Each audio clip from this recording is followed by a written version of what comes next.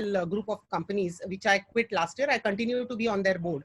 So I bring a very interesting background of all the three stakeholders in the development sector: the social enterprises, the not-for-profit organizations, and CSR.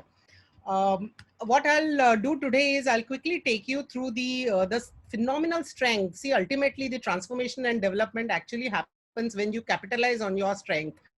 And my experience as a CSR leader, when I was interacting with a lot of NGOs across India, was that a lot of us, are not really aware of our strength. It is so important to rise from our strength and understand our weaknesses. So I'll quickly talk about the strength that we bring to the sector and to the table. COVID-19 has been an inflection point, and how organizations are going to, how the new normal is going to impact our work, the way we work, the way we talk, the way we write reports, the way we seek funds. Everything is going to be very, very different for us going forward. I will talk a little bit about that. I will talk about the sustainable development goals and how they have also been badly impacted due to COVID, and how we should all go forward from here and adopt the new normal as soon as possible, and how should we really transform not only our organization but contribute to transforming our country. And our country really, really desperately need people like us, passionate people, bunch of passionate individuals like us. Do you know that we are 1.2 million of us? There are 1.2 registered NGOs in India, and that is almost 4 to 5 million people working in development sector, which is like a humongous number. We are about 53% organizations work in the rural sector and 47% in the urban sector. We have been in existence since pre-independence, but of course our bulk growth has only happened 70s onwards. 1970s onwards, we have grown from strength to strength, and we have contributed immensely to transformation of this country. And I'm sure we will continue to do that. There'll be some years of crisis, some years of trouble, but I'm sure we will really make a phenomenal difference. I wanted to bring these numbers to the table because that shows our strength. Together we are phenomenal. We are a huge chunk of people. Development sector is one of the largest employers in the country. So, we are phenomenal strength we have together, and that is what we should, capitalize upon. As I mentioned that it is very important that we actually understand what are our strengths vis-a-vis the other stakeholders. The key stakeholders in the development sector are really the NGOs, which is all of us here, the government and the CSRs. And if we look at the strengths, I think the phenomenal strength as compared to other two stakeholders that we bring to our strong ground connect and beneficiary trust. We work on the ground, we work with the beneficiaries, we have earned over the years phenomenal trust from the beneficiaries. We understand the ground situation absolutely thoroughly. Nobody understands the ground situation as much as we do. And so many times, we really do not capitalize on that. What we bring to the table, nobody can bring to the table, honestly. Enormous passion, compassion, which is actually our energy and strength. It comes from there. While government is the biggest service provider, it can work at policy level, has unlimited budgets. The CSR organizations, they bring to the table enormous professional approach they bring to the table. They are much more output driven than what we are. And of course, annual budgets, they have every year, they have unlimited flow of funds, which is probably one of our big, drawbacks. What is also important is to understand what are our weaknesses. Often we are governed by our heart, not by our head. That is unfortunately what passion does to people. But we have to accept that going forward, this is not going to work. We have to be governed by our head, not by our heart. We have to draw a line between our head and our heart, unfortunately. A lot of organizations have geographical defocus. What I mean by this is that we go after the problem. We don't look at where we are focusing on. It will be going forward very important to have a very geographical focus rather than a social problem focus. If like, for example, a lot of organizations work in different states on the same social problem, instead of just focusing all your energies on one geography. So I think going forward, we can probably discuss this at the end. inadequate IT proliferation. We are not very IT enabled, unfortunately, and especially our field staff. They have to be. We have to figure out how do we build their capacities, IT capacities, and online usage, improve the online usage. We are much more activity focused rather than impact governed, which is our biggest weakness. Whenever as a CS leader, I would ask people that, what are you doing? And like financial literacy, for example, they would tell me that, oh my God, we organized 100 programs and we did financial literacy programs with 3,000 people. But that is an activity. That is not what I'm looking for. What I want is financial inclusion. How many people actually took advantage of your financial literacy courses, and how many people actually opened bank accounts because of your financial literacy courses, and how many people have become financially smart because of the courses? That is the numbers that I want. Unfortunately, a lot of organizations, NGOs, are very activity focused rather than impact driven. This is something that is our weakness, and we have to overcome this weakness if we have to actually in the crisis, go through the crisis with flying colors and actually transform the country. A government, on the other hand, of course, let's not talk about it. I probably will spend 2 hours just talking about the inadequacies of the government. Poor implementation, enormous leakages, top-down approach, one size fits all, politically motivated, and on and on and on. I can just go on.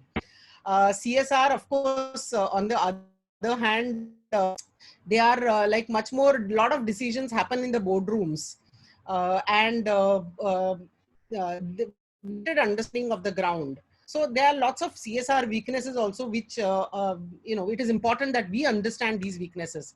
Opportunities that we have for us is we can play a dominant role post-pandemic. We can contribute effectively in policy formation by communicating the ground level situation, which nobody has actually. This is an unbelievable strength that we bring to the table. Government opportunity is the change. They can change archaic policies, which they have to a large extent, especially in the agri sector. Government has actually brought in a lot of very interesting policies, and they have changed a lot of archaic policies, but they should do much more to revive the economy, honestly. CSRs can definitely play a much more phenomenal role in nation building. The threat that we have, I think, is very important, is unbelievable decrease in funding opportunities post-pandemic. Too many issues and problems to deal with post-pandemic. Restrictions in fieldwork and travel and group activities, post-pandemic. So when we are actually creating a strategy about how do we change our work and how do we really transform ourselves to transform the country, these are the threats and these are the weaknesses that we have to deal with and we have to overcome before we can create a strategy, or these will be the inputs that should go into our strategy. Government, of course, the threat is economic and social chaos, which might force the government to just take a short-term approach rather than a long-term, create a long-term strategy. Just think here and now rather than there and then. And decrease of funding due to restricted, all the companies are making losses. Most of the companies have actually made phenomenal losses in last 3 months. The Q1 results have been disaster for bulk of the companies, which would directly impact the CSR budgets.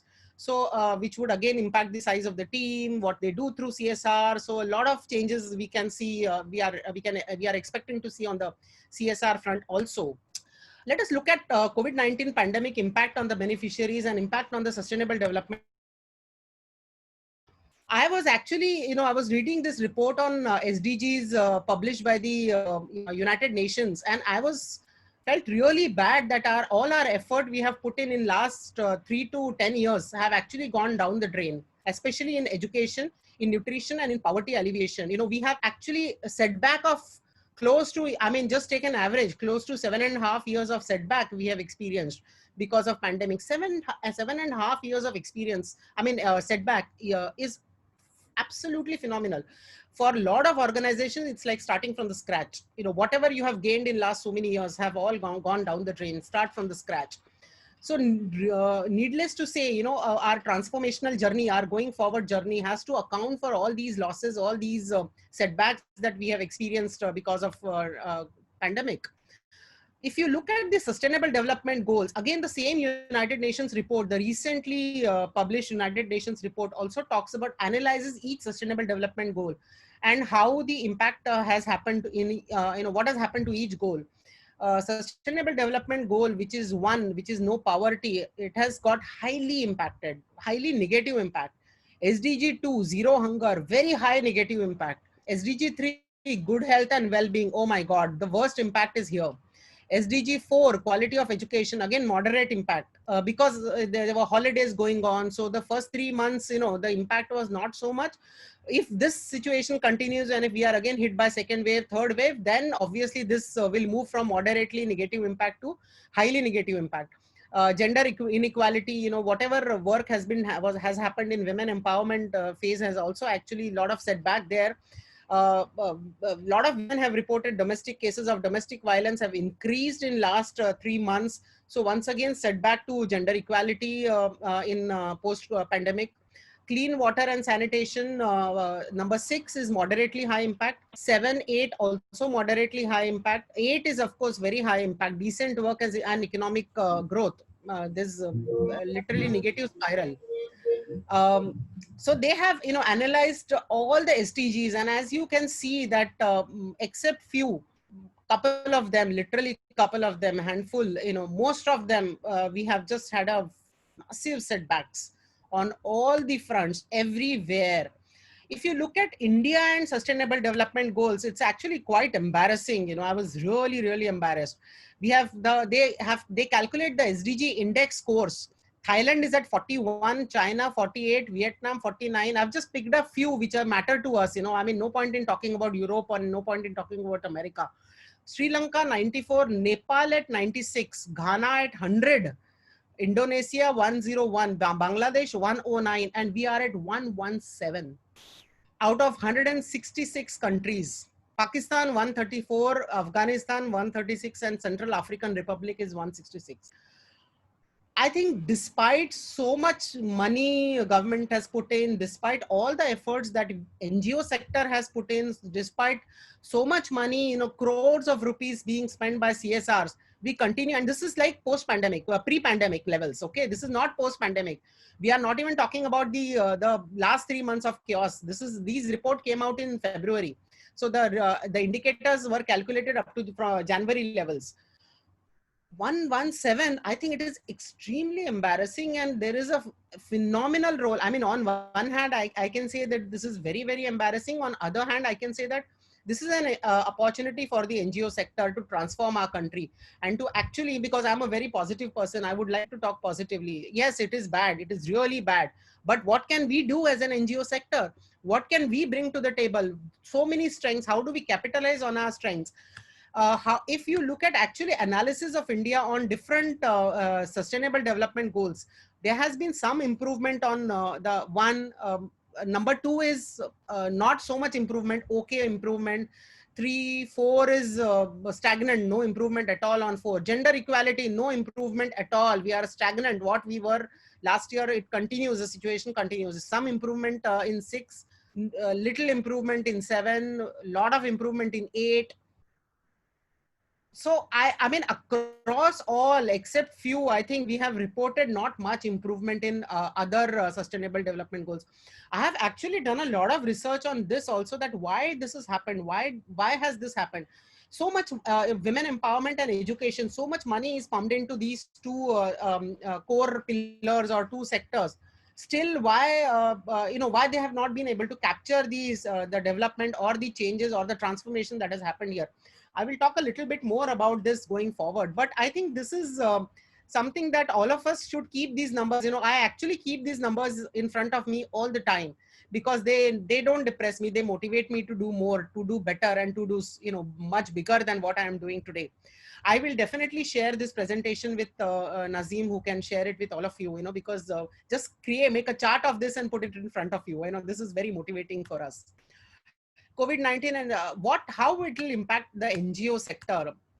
Funding, fund collection, again, these numbers were actually quite depressing. Fund collection for NGO sector from previous year, it has seen Q1 to Q1 previous year, 43% drop. Unrestricted funds are actually the funds which are which can be used for not a specific program, but they can be used for anything, for corpus, to pay salaries. So there were a lot of organizations get unrestricted funds. There has been a 63% drop in the same period as compared to last year, which is again absolutely huge. Then India is donating much more than before, but it is all for COVID relief. Fortunately, unfortunately, whatever. But although it is for COVID relief, people may argue that COVID is the need of the hour, but cataract surgeries is also need of the hour. Food for children in orphanages is also need of the hour. How do you define what is essential and what is non-essential? That is the question that I keep on asking. Yeah, of course. So government said COVID is essential, but food for, like I said, food, you cannot let the children in orphanages go empty stomach. You cannot let old people suffer. One of the worst hit NGOs, unfortunately, in the country is HelpAge India. Their funding has gone down 50% Q1 to Q1. It's all old people. It supports all old people. I really felt goosebumps in my stomach when I actually read that number. It is so sad, really sad. Need of NGOs working on other causes have increased due to pandemic, but their fund flows unfortunately are drying up. A large part of CSR budgets have been diverted to PM Cares, which is again, which makes business sense for them. They wanted to be in good books of the Prime Minister. They wanted to, corporates wanted to be in good books of the government. So lot of funding. There was actually a race going on who will donate more to PM Cares. And they would actually put it up in the newspaper that we have donated so many crores to the PM Cares, So a lot of funding has gone to PM Cares, unfortunately. I don't know what PM Cares is doing. I'm sure they are doing a good job. I don't want to take cast aspirations on them, but I hope they are doing a good job. Internationally committed funds are likely to be in track. We don't know yet about international funds. However, funding for new projects is likely to reduce drastically. So going forward, funding is definitely going to be one very big challenge for all of us in this sector, and we have to actually do some out of box thinking and create some out of box strategies to actually keep afloat. And not only keep afloat, but grow. Why should we just keep afloat? We have to grow, despite we have to emerge like a phoenix through this pandemic. Our operations are likely to be, if we are working on the field and if we want to continue working on the field through the pandemic, safety of the staff is something that we never thought of. We have to be, for example, our insurance policy in my organization only covers accident. It doesn't cover, or, falling ill. So it has to be, much more well-designed insurance policy going forward. Remote working with travel difficulties. My organization, we work in the tribal areas of Maharashtra, and we have not visited these locations since March 15th. We are now in July 22nd, and everything is happening remotely, which I never imagined can happen. But unfortunately, that is the reality, and we have to accept the new normal. And sudden reliance on technology without time for staff capacity building. There was a sudden lockdown. Aaj raat 12 baje se lockdown. So we never got time to actually prepare for this kind of a situation. And initially we thought maybe this lockdown will be for 2 weeks, then 3 weeks, then 1 month, but it's still going on. So sudden reliance on technology has obviously, negatively impacted our operations. Absence to access to necessary technology. Technology is expensive. Lot of NGO people do not have laptops, so they cannot work from home. Internet connection is a problem. In fact, internet connection has been a problem, humongous problem, because suddenly everybody is at home and everybody is working from home, and everybody is killing into the same bandwidth. So lot of challenges, operational challenges are humongous. Implementation challenges, of course, multiple problems and challenges at all level. We will need to relook at several programs and the way we implement these programs. So yes, there are challenges, there are problems, but definitely there is a way forward to transform India and to support the SDGs. What I have done here is I have actually charted out 2 level of strategies, what we have done. And as I said, my experiments with COVID pandemic. Short term, immediate, what we did, what can be done, what is done worldwide, and long term strategies to transform our organization and hence the country. Yeah, so short term, first immediate step is taking stock. Where are we, what are we doing, review of all the activities. Are we in essential services, are we in non-essential services? If we are in essential services and we continue to do face-to-face kind of work, How do you ensure safety of all your people? If it is essential yet face-to-face contact is not required, then how can we explore ways to provide services online, and how do we use other methods to provide these services online? If we are absolutely non-essential and if we are planning to put a pause button on our services, maybe 6 months we'll just pause because something we don't know what to do and how to really create a way forward. I think it is very important to continue with the basic and mandatory formalities, even if we decide to pause the operations. Maintain contact and connect with all stakeholders, enhance the communication and continue talking about your work. This is what we have religiously done in last 3-4 months. We have absolutely enhanced our communication. For example, maybe pre-pandemic, maybe up to January, February, if I was putting one post on LinkedIn in every 2 months, now I'm putting once every 3-4 days. Improve your communication, increase your communication, reach out to people, reach out to stakeholders, network with like-minded people. This is something which you have to continue doing, whether you have put your operations on pause mode, whether you have not put your operations on pause mode, because this is going to be our new normal. Step 2 is, of course, implementing online services. Very important. Develop work from home policy. We had to do that. I mean, all of us have to do that. Set up a basic online process, provide appropriate training, provide access to essential files, create your office has to be online. Create flexible work systems, monitor health and welfare of staff and volunteers, explore online service models and investigate, convince existing donors to support service, train and build capacity of staff. You have to do this also, unfortunately, remotely. Develop implementation policy, promote new service model if something can be done online. Like, for example, I talked about financial literacy previously. So if financial literacy, like, you cannot have gathering. There is very difficult to have social distancing in a financial literacy class. Impossible. Small classrooms, very difficult. So can you do it online? For example, we had to, we have a small program on health.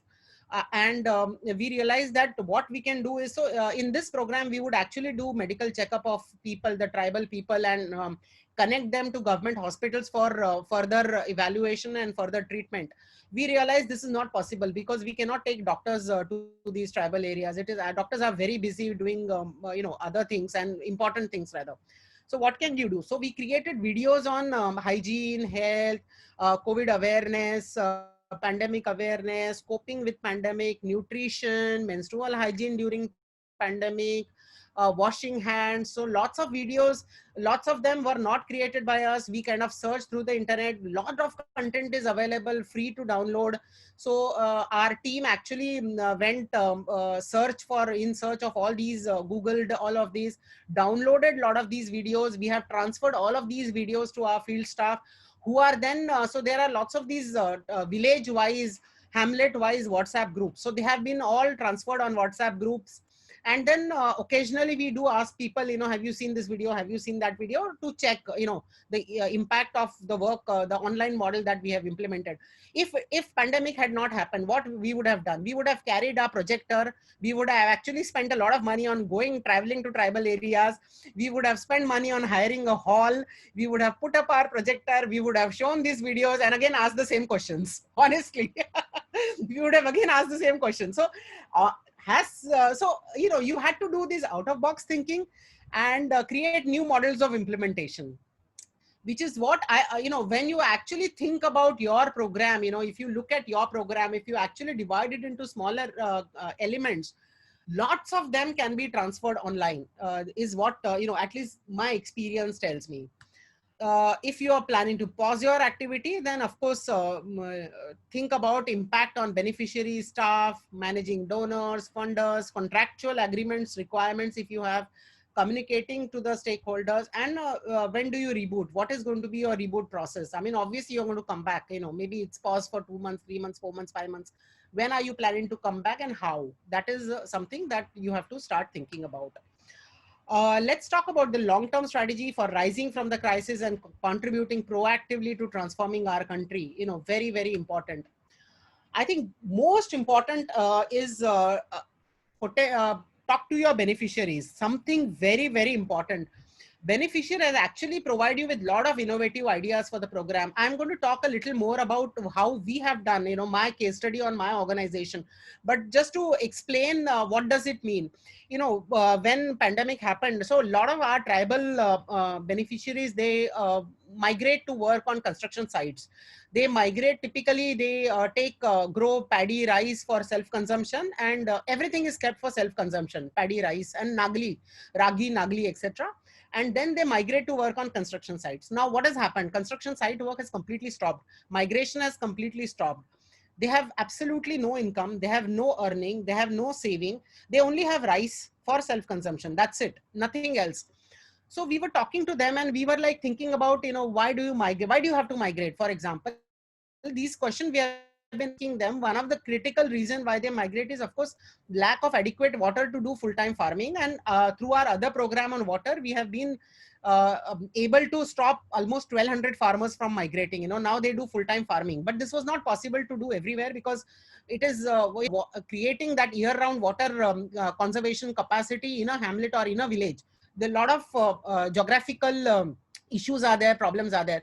So when we were talking to them, we asked them a question that, why do you not sell your rice and nagli? You get from government, you get subsidized food for government. Why do you not sell and earn an income? Because our concern was that they are not earning any income in the first 3 months of monsoon, zero income. So why don't you sell? And they said, no, this is something that has gone on for generations. You cannot change something that has happened for generations. So this is going on for generations and it is not possible for us to sell. We have to keep for self-consumption. And when talking to them, we realized that they are still using the old method of rice and ragi plantation, which is like, very traditional method. So when we explain to them the SRI method, which is the system of rice intensification, and SMI method, which is system of millet intensification, which actually increases the yield by 3 times. We said, why don't you use this methodology? And they were very interested in listening to us. So our field staff, so we actually created presentations in Mumbai on SMI, SRI in Marathi, transferred these presentations in a video format to our field staff, who went from village to village and showed those presentations to them that this is what SRI is, this is what SMI is, and this is how your yield or productivity of your farm will increase 3 times. And you can actually keep 1 portion for self-consumption and sell 2 portions and earn money even in the first 3 months. And today we have more than 600 farmers doing SRI and SMI. First crop itself, they are like going to earn money. So you talk to your beneficiaries, understand where they are coming from, understand why they are doing certain things. Lot of ideas you will get from your beneficiaries itself. I mean, you don't have to actually Google. They are the best. They have this old wisdom, old school of thought, old wisdom, which actually comes out best, when you talk to them.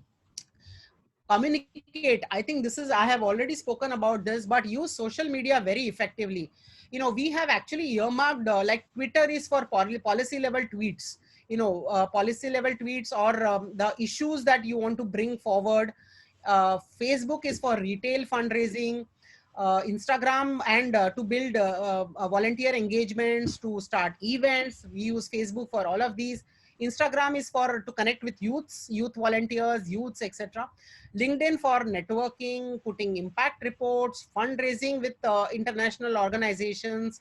So use social media very, very effectively. I think what you need to do as your long-term strategy is communication skills, improve your communication skills. See what each medium, social media really can be used for effectively and use it. I have mentioned this in the past also, but I will again reiterate this. Instead of multi-state, implement a multi-level program in one location. Like, we take a very focused approach to tribal development. We only work in tribal areas. We only work in 2 blocks of 1 district. As a result, what has happened is we have actually become a name to reckon with in the area, and government actually consults us on policy on several occasions. Like when, for example, we work with tribal artisans, and there are lots of organizations who work with tribal artisans, but we also work on water, we also work on agriculture. So obviously the focus of government, so we became it was very easy for government to recall us whenever they wanted to consult or whenever they wanted to do anything. When Kala Ghoda, the art festival happened, and government decided to give free stall to an organization that is work with tribal artisans, we were the first ones to get it. because our scale is high because we take a very focused integrated approach to development, and because we don't work anywhere else. So if possible, I know it is not possible for all NGOs to do that, but if possible, you can look at multi-level program in one location, and with little focus in other locations. This really helps going forward. I think you should work on work on solving the social problem, not addressing the issue. I think this is extremely important. What do you mean by solving social problem and just not addressing the issue? Social problems are all intertwined with multiple layers. They are all intertwined. For example, when I was heading the CSR and we were working on girl child education in Rajasthan, and sitting in air conditioned office of Mumbai, when I look at the statistics that 33% of rural Rajasthani women are educated, literate, and remaining are illiterate, I feel pathetic. I feel very bad for the government. I hate the government, Rajasthan government, that what they have been doing since independence. All kinds of gali I would give them. But when you go to the field, you realize that girls are not illiterate because parents want to keep them illiterate. Primarily because they are poor. Primarily because of poverty, both parents have to actually migrate to work on construction sites or to do other odd labor jobs. And the girl actually has to sit back home because she cannot afford to go to school 9 a.m. to 3 p.m. She cannot spend the whole day in school. And she has to stay back home, take care of the house, take care of the younger siblings, take care of the cattle, take care of fill the water, cook for the family, because parents would leave home at 8 a.m. and come back only in the night. So girl child illiteracy is actually a manifestation. That is not the problem. Most of the social problems are manifestations of some other problem. And it is very, very important that we actually go to the root cause and understand what are the different multiple layers that these social problems are actually engulfed with, and take an integrated holistic approach to completely transform situation in lives, build sustainability in the work, and link the work to SDG. Especially if you are planning to seek international funds, foreign donors, you have to talk in SDG language. That my program addresses SDG 6, my program addresses SDG 4. It is very, very important to actually talk in SDG language rather than talk about just programs or policies or activities or stuff like that. So I think this is something which is very, very important. And I will talk about how do you take integrated holistic approach if you are an education focused NGO. How can you actually work on livelihoods as well as poverty alleviation as well as women empowerment in the same area? Take a project approach to all problems. This is, I think, programs. This is very, very important. You have to have a start date. You have to have a midline date. You have to have an endline date. You have to have an exit. And you have to have specific outputs, outcomes, impacts, and ways to measure them. It is very, very important to build an exit strategy. Sorry for the typo. It is exit strategy, not exit strategy. So it is very important to build an exit strategy into your program. Especially if you want to work with large donors, large philanthropy organizations, like, for example, no harm in saying this. In fact, very proud to say this, we are quite largely funded by APPI, Azim Premji Philanthropic Initiative. And when the first document, they actually sent me an Excel sheet to fill up. And the Excel sheet was only this, activity, start date, what are you measuring, how are you measuring your output, how are you measuring your outcome, how are you measuring your impact, and when are you going to exit, and how the tribal community is going to look different when you exit from where you started. So I think it is very, very important to talk in language of input, output, activity, outcome, impact, build an exit strategy, talk about SDGs, and build sustainability into your program. Extremely important to transform your organization and to transform the country, because we cannot afford to work in the country has a lot of problems. We have to do a lot of work in this country, right? We have seen already we are at number 117. If we continue to work with the same kind of beneficiaries and continue to work in the same area, what will happen to other areas? We have to exit from one area, move to other area, exit from that area, move to other area, third area, fourth area, fifth area. Then we can really transform this country. So for that, it is very important that you actually take a project-based approach rather than a program and activity-based approach. Build technical capacity of the staff and all volunteers. We actually have done a SWOT analysis for each staff member and build their capacity accordingly. What are the weakness in each member? How do you actually build weakness? How do you build strength, convert the weakness into strength? So very, very, very important. Now, so say for example here, as I mentioned that we have not been able to travel to tribal areas since March 15th, but our work is happening in full swing. We are working, we couldn't undertake our water project this year because there was a complete lockdown. So this year has been washout year for our watershed development programs. But because they are to be done in March, April, May, these are the critical months when you do the watershed program, and it was very bad in those times. But agriculture program is going on in full swing without us, me or my team from Mumbai, my head of operations. We have not been able to travel at all, but still work is going on in full swing because we could actually build the capacity of our field staff, and they are leading from the front without us going there at all. Explore partnership model. I mentioned earlier that take a look at the multiple layers of social problem and actually address the root cause. And if that is not your core competency, then clearly you have to bring in somebody who has the core competency of addressing the root cause, and then you can work in a partnership model. So it is very important to explore a partnership model.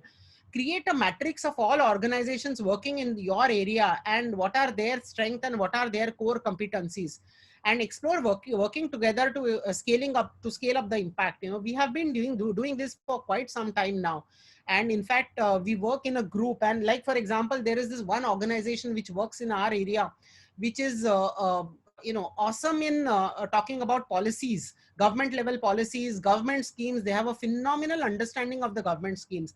So we both of us are working together in our area. They are telling us which schemes to use, government schemes to use, how to apply for those schemes, and we are actually working closely with the government on implementation of those schemes. So work with like-minded organizations which bring complementary and supplementary skills to the table. I think going forward to transform this country, this is going to be, partnership model is going to be very, very, very important. You need not be capable of, need not do everything. There'll be other organizations. Just focus on your core competency, focus on your geography of your work, and bring other organizations who bring complementary and supplementary core competencies. Build bridge with the government. Very important, extremely important. The kind of funds the government has is actually mind boggling. You have the Gram Panchayat has fund, the district administration has fund, the the seventh finance commission, this finance commission, that finance commission, central government funds, state government funds, district level funds, multiple funds for the same cause, multiple funds, absolutely unlimited funds. Very, very important to build bridge with the government. No point in ignoring government. I know it is not easy to work with the government, but no point in talking about state government. Talk to the Gram Panchayat if you're working in rural areas.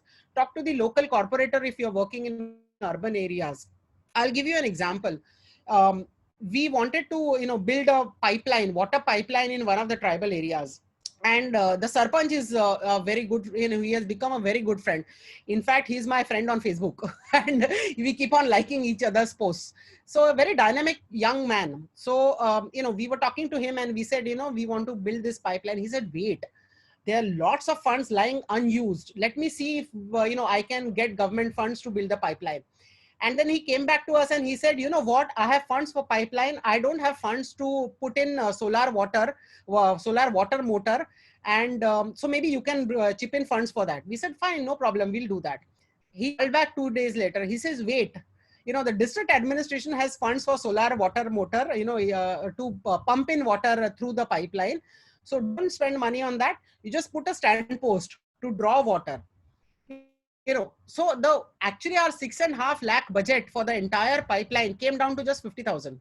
And with the same money, we could do more because of this bridge with the government. So there are a lot of money with the government. There are lots of people in the government sector who actually want to do good work. So what is important is network, find the right people, network with them, make them your friends, and actually government, see how the magic happens. Document and create appropriate SOPs, build systems, processes for everything from buying a pen to building a dam. We have processes for everything. Everything has an SOP. what should be done for what. I think this is extremely important because large organizations are built on strong processes and robust systems. So if you want to transform India, you have to scale up your organization, and for that, these are your building blocks. This is where you can build your organization. So something very, very important.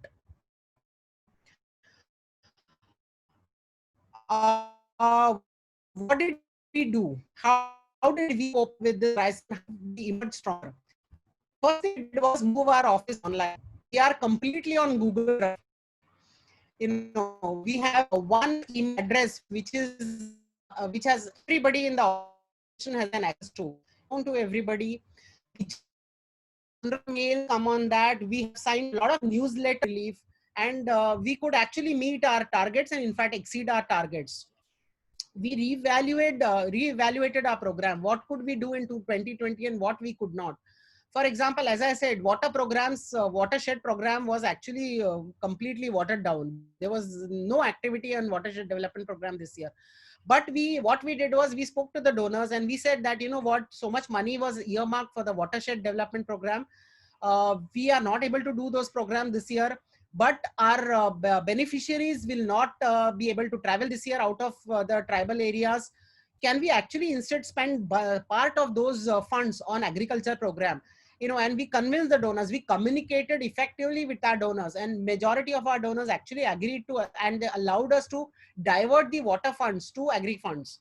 And we have actually undertaken a very large scale krishi program this year, because that's what we could do. Otherwise, there was nothing else we could do. For example, we have a program, there's like another program, we work with tribal women on starting micro businesses. So we call this program Urja program, where we actually mentor them to start small businesses. And after pandemic, we realized that why only women? Even men are going to need these funds to start small businesses. So we actually are enhancing or elaborating our program, Urja program, to include men also. But of course, bulk of the funds will go to women, but some men we will consider, especially in the agri-tech sector. Or like, as I said, we have put in place a large scale agriculture program. We will need manpower to actually do maybe pack these rice, pack these ragi, actually sell them, actually transport them to areas. So we will need people. Why not encourage people to start businesses in these kind of sectors? So this will not only help our existing Krishi program, but also encourage a lot of people to start businesses. And so we have extended our Urja program to actually encourage people to start businesses in the agri sector.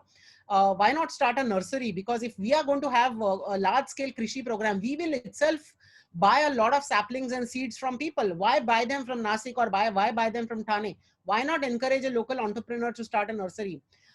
Encourage somebody to start a compost unit. So looking at what is possible locally and what is the market potential of the activity, we are actually encouraging men to start a lot of businesses. So this is what I say, kind of extending your existing program to and transforming it to create a bigger and better impact. We created a 2-year rehabilitation and sustainable program to adopt the new norm without getting defocused from our mission and vision. When I said agriculture, it's a 2-year program that we have put in place. First crop, ragi, rice, earn money, keep some for self-consumption. Second crop, third crop. So we have actually created a 2-year cycle, Krishi cycle, so that our tribal beneficiaries do not have to move out for 2 years. Do we have funds for 2 years? No, we don't have funds for 2 years. We probably have funds for only 6 months. But, but what will happen is after 3 months, we will have shown some impact. Using this impact, we will approach people. We are actually very output focused and impact driven. So we will have something to share about, talk about. So using which, as I said, we will approach more people, and I am very confident that we have the capacity to raise more funds to transform more lives. We have scaled down few programs like health program. We have scaled down. We have redesigned few other programs like Urja program. We have redesigned. Tribal art program also we have scaled down currently because we sell our tribal art work through our affiliate social business called Raha Creative Design. But currently there are no takers. We are not able to open our shop. There'll be no exhibitions this year. There may not be any Kala Ghoda art and craft festival this year. So needless to say, we have to scale down. So we We have not put exactly a pause button on our tribal art program, but we have scaled down it a little bit, and we are figuring out how do we sell, how can we sell online, how do we move the entire shop online. So we are working on alternate retail models. We have divided our project into smaller units. From village level, we now talk about hamlet level. Couple of reasons why we have done that. One is, of course, funding. Then you are talking about small units of funding.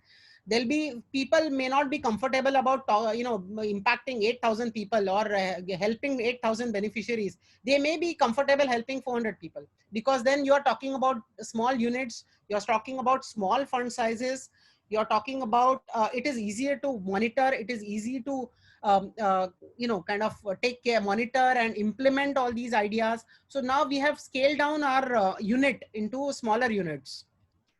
So we might still be talk about the same level of impact. Instead of talking about 10 villages, we might still talk about 50 hamlets, but we talk in hamlet term. That is the difference, because that for us also psychologically it becomes very easy to talk about.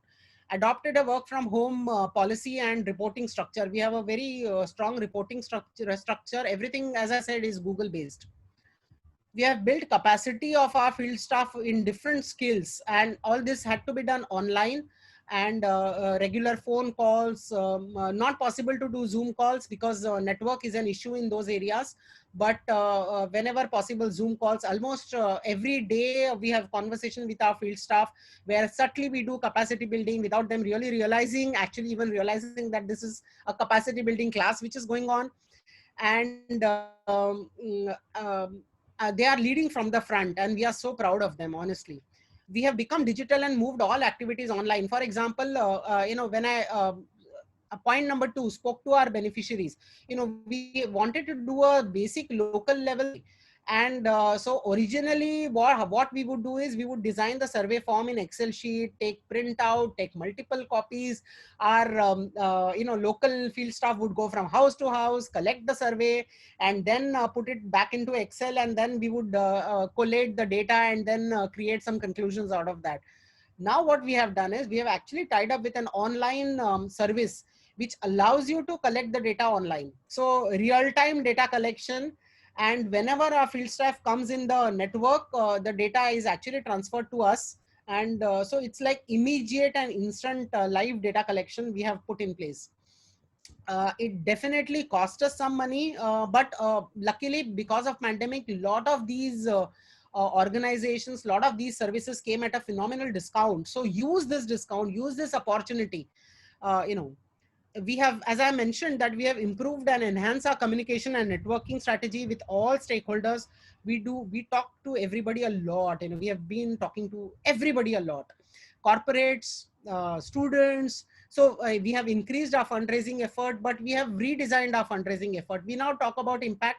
We now talk about smaller units, and we then ask people that, would you like to create this impact in this small unit? A lot of people are coming forward to do that. We have increased our volunteer base. We have students of Manipal Institute of Technology volunteering for us. We have large corporates volunteering for us. So lots of people have come forward. We have some of the US, Wharton School, actually students volunteering for us. In US, University of Pennsylvania students volunteering for us.